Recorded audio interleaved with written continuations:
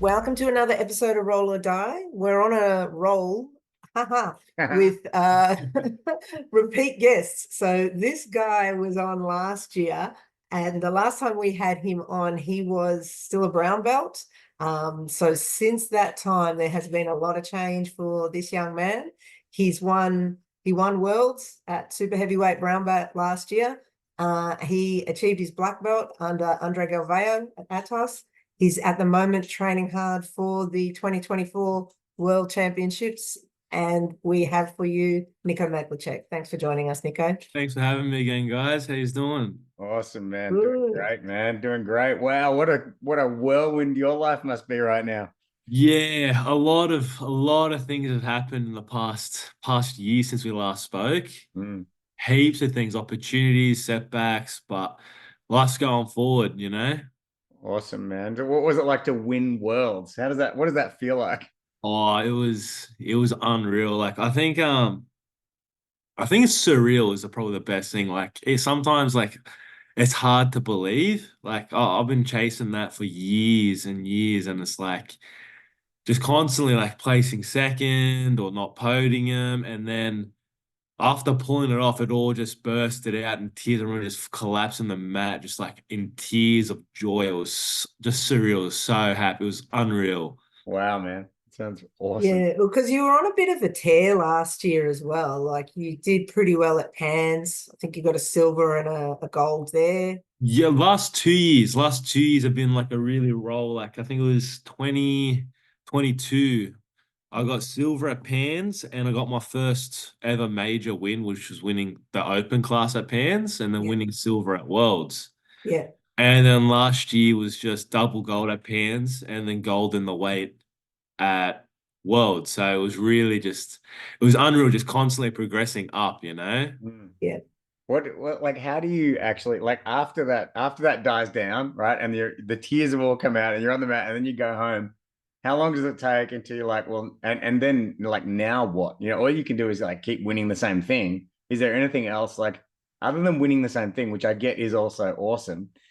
Do you have other goals now that have you had to create something bigger? You know what I mean? Yeah, I think now that I'm a black belt, like don't get me wrong, it's like unreal. I won brown belt worlds, but like when you're at the black belt level, it doesn't matter what titles you win, how many times you won it before, like in the colored belts. Now it's all about winning it at black belt, you know? Like really now it's like in the professionals, I'm against the best of the best in the world. And I think like it clicks really quickly, like after getting your black belt, like now I'm against everyone that everyone is watching, you know? So I'm really excited for what's to come. But it happened really quick. As soon as Wells was done, I was like, okay, now I know. It's like, all right, these are the guys I'm going to be fighting. These are the guys I want to go after, you know? Yeah, your brown belt win there at Worlds was so exciting. I think normally here in Australia, when we watch Worlds, their timing is always way off. Like it's 4 o'clock in the morning, 3 o'clock in the morning, you got to watch. But your matches seem to come on like at pretty good times. They were at like 9, 10 in the morning for us. So I haven't actually told many people this, but I was like needing to go to a meeting. I think it was a Friday or something. And I was like, oh, I just have to keep watching. And I watched to the end, and then I got a speeding fine to go to my meeting. So No, you owe me $200, Nico, but no, it was all worth it. Because I had to stay and watch this. I'm like, it was so exciting. And yeah, there was a couple of matches there that were like, oh my God, they were like right down to the wire. But yeah, you got over the line in the end. That's awesome. That's hilarious. That's so awesome for me. But so tell us about getting your black belt from Andre. Like, what was that like? I mean, getting a black belt is special, but I guess from André Galvão, like, yeah. I remember brown belt just at Worlds. I was like, all right, I finished, and I'm doing the open class. And after everything was done, end of the weekend, he's like, make sure you're at the gym Monday. And I'm thinking, I was like, I want to go to like Disneyland, getting ready to like have a bit of like go to theme parks, then go back to San Diego. I'm like, all right, I'm making sure I'm going to the gym Monday. I had a feeling, but nothing was said. Um, and I remember planning and thinking what I'm going to say if it did happen. I remember him calling out my name, and I was like, holy shit, holy shit, holy shit, I'm getting my black belt. Holy shit. And I'm there, I'm like, about to say a speech. I'm like, I don't know what to say. It's all out the door. Like, fuck. I had the whole speech planned. I'm like, what am I going to say? Like, I was just, so like a bunch, like just after relaxing from the world, it's like a bunch of other emotions hit at once. And I'm standing there in front of a whole gym, like, nothing's coming out of my voice at all right now. This is shocking and this is terrible. But I think it was just like everyone could see it was just happiness, It's like the one person I've always wanted to be graded under. Like I've idolized him for years. And I remember seeing him in 2017 and saying, I'd love to come and train with you. And he's like, okay, bro, come, please come. And it's so nice. I'm like, all right, I love this. And ever since I've been there, I'm like, this is the person I want to be graded under. And it's like a dream come true, Just Wow, man. having not just like someone you idolize for so many years grading you, but someone who's now your coach and someone who supports you. I think that's what made it so much more special too. Mm. So what actually did you say in your speech? And then like what did you want to say? And was there a massive gap between? There was a massive gap. There was a really big gap. There was a lot of things I wanted to say that I can't even remember. I got to look back at the video. Yeah. Shout out to Atos on the band because it's on there. But otherwise, like I know what I wanted to say. I wanted to say like it's so hard for someone like there was a lot of people from all around the world, and I would have been like, it's hard for someone on the other side of the world to make a career and be like, this is where I want to be and this is what I want to do. And to have someone like Andre from the start being so supportive, just along those lines, like along those lines of how grateful I am. And I remember just being like, even now it's a bit of a blank, but I got to look over the video a bit. Yeah. I think I cringe a little bit because I'm like, that's not what I wanted to say. It's almost hard. It's such a defining moment, that black belt speech. Everyone's yeah. I can't remember yours, Kim, but can you remind me about yours? Yeah, and much like Nico's, like you sort of have at the back of your mind all these thoughts that you're going to say, as you're coming to the end of Brown. And then when exactly right, like you said, when the time actually comes, your mind just goes blank. Like all those thoughts are gone and you just blah, blah, blah. So yeah, I don't want to watch mine back at all because I can't do it. I think I cringe a little bit. I'm like, oh. It's interesting though that you said that it's all about the black belt now, and I get that, but at the same time I feel like you were pretty known out there as one of the top brown belts in the world at the time. So I think that there's still definitely a lot of attention was on you as you were coming up through the ranks. But do you feel like extra pressure now? Is that what you're saying as a black? Or? No, definitely not extra pressure, just more excited. I think even at down to Pans, I was excited to fight everyone. I was excited for the open class. I was excited for my weight division. And I remember just popping my rib, as we'll probably talk about soon, is like something like you don't expect to happen. And then I had to pull out. And that's I think was the annoying thing. Not so much anger, is more annoying and frustrating that I couldn't show what I was capable of. But I guess like people don't know that's the sport like this is. Like this is a contact sport. The injuries are gonna happen. You just gotta get used to it because you're gonna have your ups and you're gonna have your lows, When you get injured, like when you've got so much at stake, because I know that even when I get injured, I start saying maybe I'm too old. Like that's my thing, But when you get injured, what do you tell yourself? Is like I'm just at the start of this amazing. Like, what is your inner dialogue about the injury itself? When can I go back to training? Right. Like I'm That gonna go crazy. Like I'm gonna go like crazy if I don't go training soon. Or I remember like I popped the rib and I'm like, all right, like the doctor, I saw the doctor. I'm like, it was popping in and out through the pants fire, popping in and out, in and out, in and out. And I'm like, what is happening right now? I'm like mid-match, I'm like, I can't do anything. Everything is less agony and pain. And I'm like, all right, just survive this, and I got the next fight to worry about. It's just 2 days, it's fine. All right. And I'm like, I finish it, I stand up, and I'm like, fire, I'm gonna pass out. I need to see a doctor. I go see the doctor, and he's like, I think you broke your rib. And I'm like, don't say that. oof. So then it's like, shit, how long's recovery? And he's like, oh, probably up to 6 weeks. And I'm like, can I still fight? And he's like, no, no. Like, I'm like, oh, it's just like, just depressed, you know? And I'm like, I think I had a week off and I'm at Athos and I'm like, first class, go to Andre. I'm like, just going to roll lightly till it gets better. And I roll like a kid. And then I'm like rolling like a juvenile. I remember rolling this blue belt. It's a bit bigger. I'm like, it's feeling good. And I keep rolling. And then last roll, I rolled my mate, Tanko, who just won double gold purple. And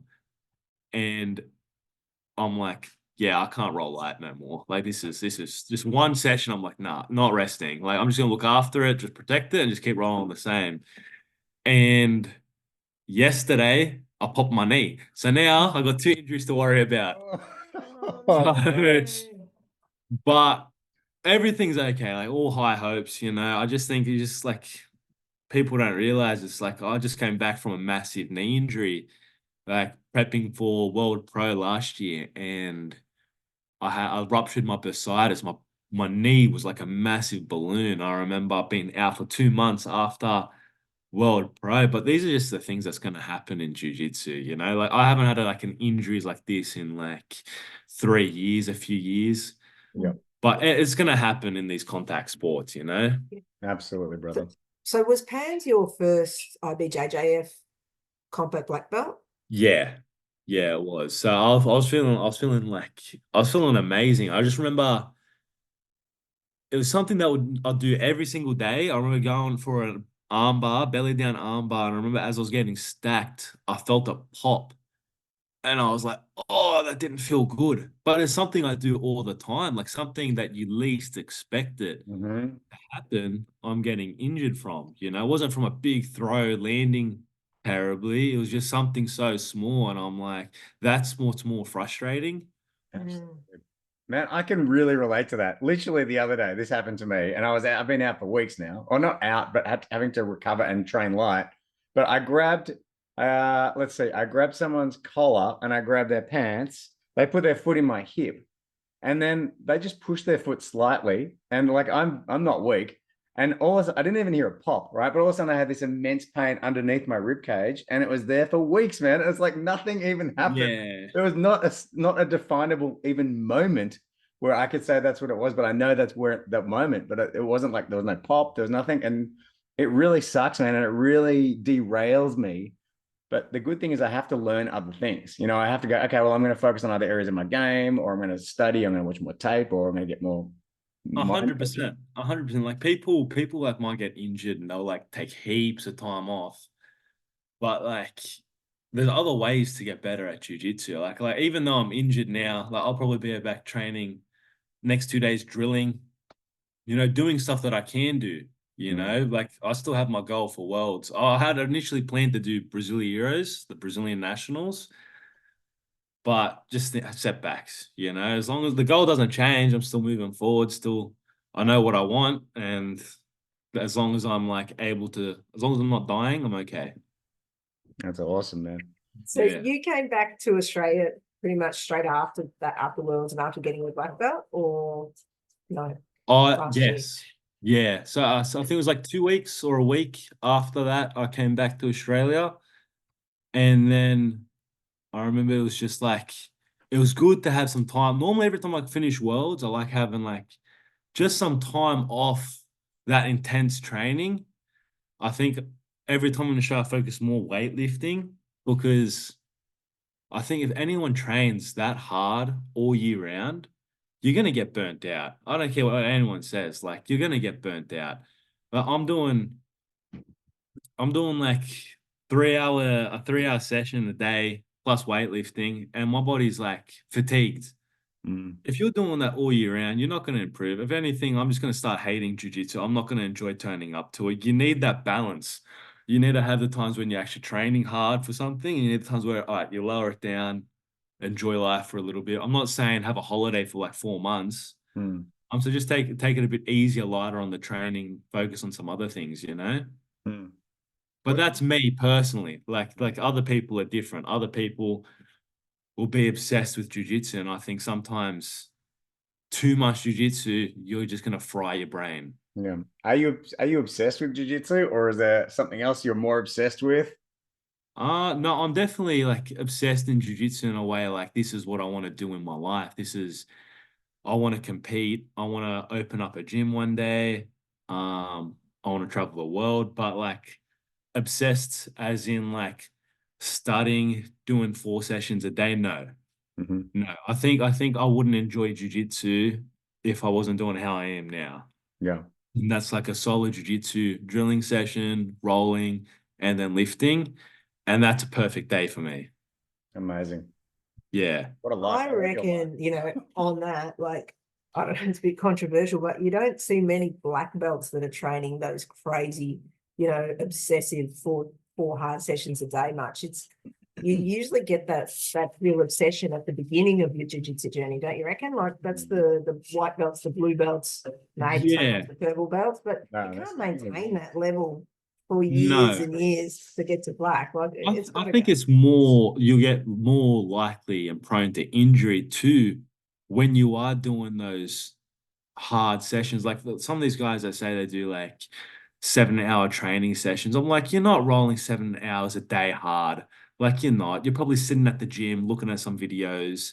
All right. But like actual training, like when I'm talking drilling and rolling hard, like 3 hours a day and plus lifting, I think's perfect. Like you're able to recover. You need your rest too. Mm. I've got friends that are training like all day long, and I'm like, you're gonna get injured. Like you got to retain stuff too. Mm. So when with your like, okay, you already have won. Okay, you're already a winner. And I think I read a quote somewhere, we all would have, but it's something like becoming a champion is easy in comparison to staying a champion. Something like that, right? JT But Torres. it might be, yeah. Yeah. Yeah. So this is it. Like now do you are you looking for, like, obviously you're looking for the small things that you could improve, but are you also looking for any big things that you can, is there any big things that you can improve? Are you watching your competitors, for example, and going, well, they're doing this, so I'm going to do something different but equivalent, or do you not care about that? You just I think there's a lot of people I do love to watch. There are a lot of people I can't wait to fight. Right now is Eric Muniz. Like he's the number one in my division at black belt. He's definitely on my number one list. And obviously there's people like Philippe Andrew. There's people from all over the world. I think those guys are the ones that I can't wait to fight them. And I know that love the that. opportunity is going to happen eventually. But I think it's that and just looking to win titles too. I Like I love it, man. think, yeah, I love it. I'm thinking that's a good title for the show. I can't wait to fight them. I yeah. like I like it's not so much, not so much. I don't know if like I don't study everyone, but I'm just like people I want to fight. I'm like, oh, I can't wait. He loves doing this. I can't wait to Mhm. fight. I won't go, oh, he does this. What's 100 ways I can stop this? It's more like I'm just gonna just do my thing, and I can't wait for that See opportunity. what wins. See, can you solve that puzzle in the time that you have with them? Yeah, exactly. Awesome, man. I love that. I want that. I really want that excitement versus nerves, you know. You got it. You still got it. You're still in your prime. I'm so thank you, brother. I appreciate that. And you're right. Like I've never been more looking forward to competition than now when I have a lot of tools that I can use. That excites me to just try shit on people and see what sticks, see what works. A I hundred do. I percent. love that idea versus it's a fight. Like you're fighting I want to just try my jiu-jitsu on people and see what happens, you know? I'm just rolling guys in pajamas. That's all I have to do. That's it. Yeah. And Nico, so you're still sticking pretty much to the gi. Yeah, obviously right now coming into Worlds, but like last year when you were, say, back here in Australia, because you train at Sydney Wests, is that right? When you were I here? train at Sydney Wrestling Sydney Academy, Wrestling, yeah. but like it's hard. I've picked up a lot more coaching back in Sydney. And like I'm training a grappling education when I can. I think I'm training a grappling education most Mhm. when I can, but otherwise I'm training wherever I teach and do a seminar. Mhm. But I think I will plan on doing the ADCC trials in Mhm. Singapore. I had to pull out of that because of my knee injury and I had to have time off. And then I was planning on obviously doing the ADCC in Thailand. And I'm just not ready to go back with my rib. Mm. Now my knee, I'm focusing on, while I'm here, my focus now is just Worlds. Like, don't get injured. Don't make anything worse to Worlds because that is the end goal. Mm. You know, like there's going to be times to do ADCC. Like I'm still young, I'm still 23. Amazing. Like I still want another 10 years in competing. Mhm. But there's so much time. Like to say I don't do no-gi, like no, I do train no-gi. Obviously, gi is my main focus. But to say I won't do no-gi, no, I will do it. Mm. Awesome. As a gi expert, Kim, do you have a follow-up question for that? No, go Okay. go. As a gi expert, like one of the things I'm fascinated, we've got a guest coming on who's a no-gi, like he's really deep in the no-gi game, and he's a ref. And I'm really keen to quiz him about the evolution of no-gi as far as where it's going next. Like I'm talking about the actual moves that people are doing right now. And from a gi perspective, I'm interested to know what has been working for you, like what moves do work against the highest level, and then what are they now, like what are they doing to counter it, and what do you see coming next? You know what I mean? Like I would love to go deep into the actual moves that are working at comp level right now. That's a good question. That's a good question. Because I think everything works in jiu-jitsu. It's just how you apply it. Mm-hmm. Like everyone has their own style that works for them. You know, you'll see people fight differently to others. You'll see people more wrestling based. People who love to stand up and do judo. You'll see people who love to scramble. Perfect example is the Rotolo brothers. You know, no one else can fight like that. I could never fight like that. Mm. I think I think why people love jujitsu is because no one is the same fighter. Everyone fights differently. Interesting. And I think that's what makes it so exciting. I think the gi and no-gi, like everyone, no-gi is a very, um, like very easy to like find entertaining because you're not getting into, it's very scrambly, it's very high paced. And I think that's why it's bringing so much money into the sport because people find that so exciting. When you watch the gi, like I'll find the gi so exciting, but a lot of people who don't understand the gi and they're like, why doesn't it just escape this guard? It's because You can't. you're getting glued. You're Yeah. getting stuck in these positions with lapels, and a lot of people don't realize these things. Yeah. And I think that's why Nogi has made a massive, massive movement in the past few years and why it's gotten so big. Hopefully, which has obviously been the talk for years, is it's going to be in the Olympics one day. Mm. You know, and I think that would be That would be awesome. like to represent your country, like the biggest pinnacle there is. Right now it's ADCC, but I think if the Olympics were to happen one day, that's representing a country is what everyone dreams of. It's got everything judo's got and more, in my view. So, Yeah. why not? Because judo can be. Well, you got people in Nogi who are ex wrestlers who are making a huge movement. You got people in jiu-jitsu who are coming from judo and they're applying it. You know what I mean? So to say like there's one specific move that's made that's not necessary at all. Okay. I think everyone has their own little what's a word? Just Style. little style. Yeah. Yeah. Okay. Awesome, man. We might have covered this in the last time you were here, but can you just talk us through what the competition training at Atos is? Like, what's the structure of a session there?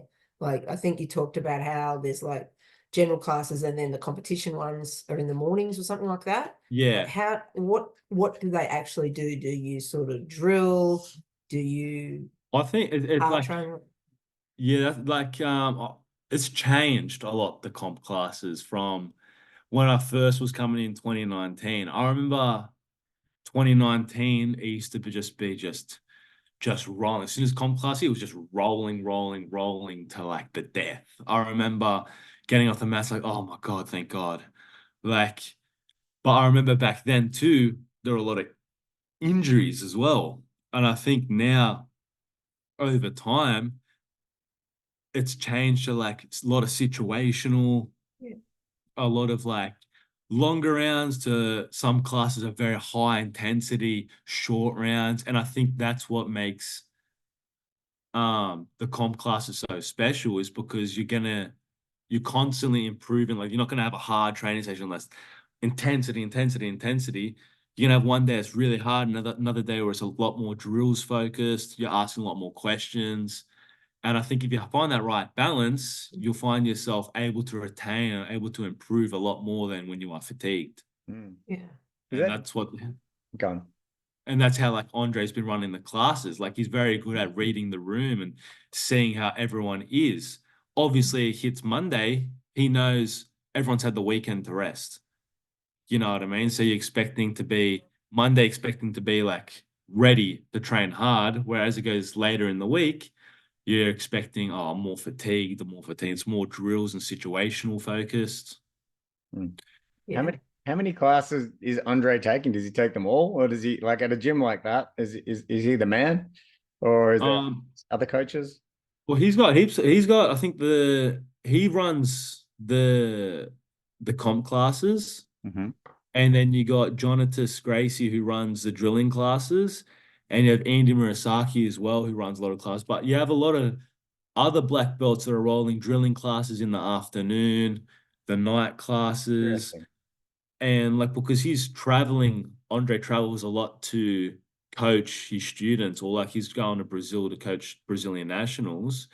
He needs the black belts that are staying to take a lot of the classes. So you get a lot of different minds in jiu-jitsu and their styles, which I think is unreal. Interesting. Yeah. I've got a follow. And Go on, Kim. go ahead. No, no. Okay. Well, I was gonna say with Andre, because he's kind of like older school now. Would you is he old school like in his style? And then other young up and coming coaches kind of changing his mindset, or is he getting different things from around the world and bringing them back and going, I saw this gym doing that, we're going to do this, or is he just, or is Atos on their own kind of wavelength and they just do what like how does it work? Andre is like an encyclopedia for jiu-jitsu. He's like Google. Yeah. Like you ask him a question, you have all the black belts asking him a question, and he'll have an answer straight away like this. Interesting. But it's his approach to it, and you'll have other black belts like, oh, I like to do this instead. Like this is how I like to, you know what I mean? So old school, I think he just understands jiu-jitsu exponentially. Yeah. Speak. Another way. But yeah. Yeah. But he just understands jiu-jitsu in a way where he understands how the body moves, what you have to do, what you're not supposed to do. I think that's when you get to the black belt level, you are supposed to know how to stop all the movements. Like you are, but everyone's going to have a different scenario for it, different answer for it. Yeah. Cool. And can I ask you about Sarah Galvão at all? Do you get to train with her much? What's her training like? She's like a superstar. I mean, I Yeah. don't think I've seen anyone ever score any points on this girl. She's She 17 and just killing it. she's the whole juveniles, all of them are an absolute weapon. I remember because right now this trip, my whole family's here, and I got two friends with me doing the trip, and I remember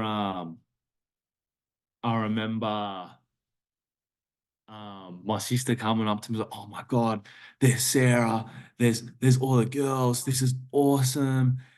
And I'm like, "Did you get the role with Sarah?" She's like, "She smashed me. I loved it." I'm like, "Yeah." Like Sarah has absolutely shown she's one of the best girls in Wow. the world. I can't wait to see what she's like coming up into the belts. But she hasn't lost I can't remember if she has lost a fight. Let's get her on the show. Can you get her on You the show should. for us, please, bro? I'll talk to her. I'll Yeah, talk to her please. Yeah. That'd because be great. Tell her the she world's greatest podcast wants to interview her. I'll talk to her because I'm sure she'd love to. Awesome, bro. That'd be But great. I know in the gym she's an absolute weapon. Like Mm. she's training with the adults, you know, she's not Mm. separated into like a different class. She's training with all the adults. And you see her training. I remember watching and I'm like, far out. The first time watching it, she's putting on the black belts. Like they're having an awesome fight. This is crazy. Yeah. So good, Wow. man. So good. And do you is there any romance? Is there any romance, any BJJ romance going on for you, bro? Around the world? Not BJJ, but there is romance, but Okay. not BJJ romance. Oh, okay. But Yeah. yeah, Wow. she's gonna come watch me fight at World, so I'm excited to see her. Oh, that's Awesome. great. So is this someone back in Australia or? Yeah, she's back Yeah. home in Australia. But it's going good. That's That must great, be man. tough, hey, because I sometimes feel for the jiu-jitsu wives and girlfriends and husbands and boyfriends as well, I suppose. But like, because let's face it, jiu-jitsu takes a lot of our time, and you're also traveling a lot. So you guys are apart for big stretches of time, or? Yeah, I think when we were first dating, we both had a trip planned. I had a trip to Atos, and then she was going away for 2 months. And we're both like, wasn't sure. And I'm like, nah, we're gonna make it work. And I remember, you know how everyone talks about the honeymoon phase? Mhm. I don't think that's ended at all. Woo! Because I think every time I travel overseas, like when I see her again, it's just like you're just so happy. I think it's the further apart you are from each other, the more you appreciate the other person. I So completely relate. I'm in a long distance thing as well, man, and I agree. 5 years in, yeah, no honeymoon phase wearing off, 100%. I'm right there it's with you, bro. so good. You're It's just so good. happy all the time. Yeah. WhatsApp made long distance relationships much, much better. It That's really did. awesome. We've only got just over 2 minutes to go, Nico. So do you have any final words? You've given heaps of words of wisdom to our listeners. Anything that you wanted to say to finish off? No, I think just for anyone that's up and coming and that wants to do this, like you gotta travel. You have to travel. And you'll have people say you can't do it. I'm like, I've been doing this for years and I haven't looked back once. I remember doing it through school, thinking mom being like, you have to get a trade. Like, I'll support you, but you have to get a trade, you have to get a qualification. And it's been how many years I won my first world title, won Pans, Mhm. and she's fully invested. Now she's here training with me. You know, this is so Awesome. cool, Nick. And I think just anyone who's up and coming, you only have one life. You got to live it to the fullest. Woo! Love that, man. Fantastic. Okay, that's a bit of Awesome. fun. Well, good luck. Let's heal up all these injuries, and really looking forward to seeing you out there at Worlds. And we'll be back here in Australia cheering you. Hopefully I won't get any more speeding fines when I watch your matches this time round. Fingers But crossed. yes, good luck. And we'll have this out. We've got a couple of others backed up, but yeah, this will definitely be out before Worlds. So yeah, looking forward to if you could share it on your social media, please, that'd be awesome, because you're the man, you've got a huge following, and thank you so much for giving up your time. Thanks for having me again. Thanks, guys. Cheers, Good brother. luck. Peace out. See ya. See ya.